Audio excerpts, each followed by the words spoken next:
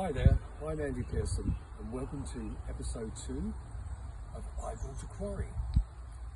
Last time, a month ago, beginning of May, we took a journey down from the main entrance gates on the southwest side of the quarry down to the lake, which is behind me, where the sun is currently setting.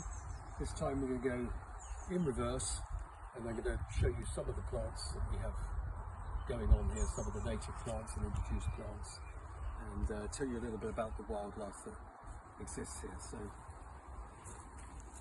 first of all, on the right hand side we have a couple of Morinda bamboos. I'll explain why these have been planted like they have been, because we were trying to create a tunnel effect down to the lake from where the observation centre is. Moving along, on the right hand side here we've got a number of native ferns, pepper pots. On the left hand side we have heart's tongues.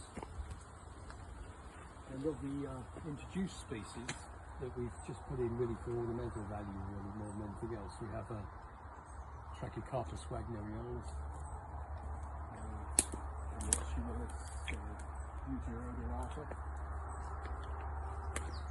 And you'll notice around there's a number of elders that have just come into flower. It's now the beginning of June, and a month ago the hawthorns, of which we have 18 very, very old hawthorns, and are in full blossom.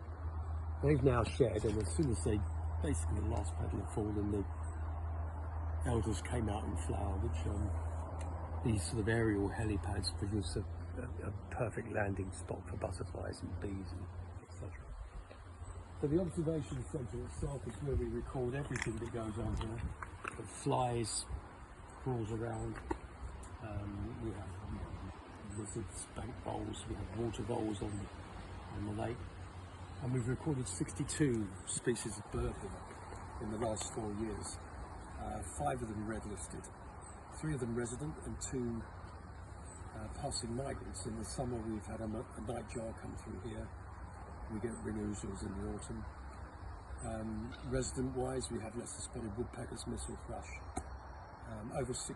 62 currently birds recorded in 4 years, which is quite astonishing. So moving a bit further round, another variety of Morinda unionensis.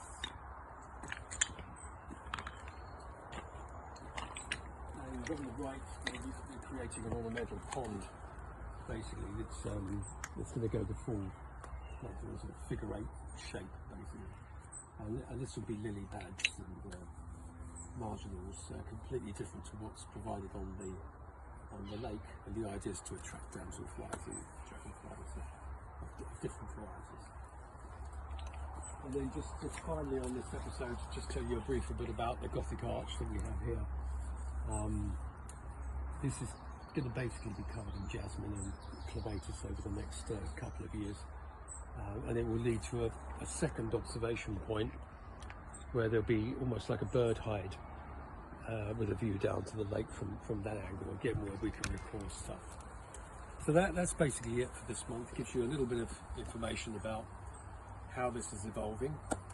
So thank you once again for tuning in, and we'll see you in a month's time, beginning of July. Bye for now.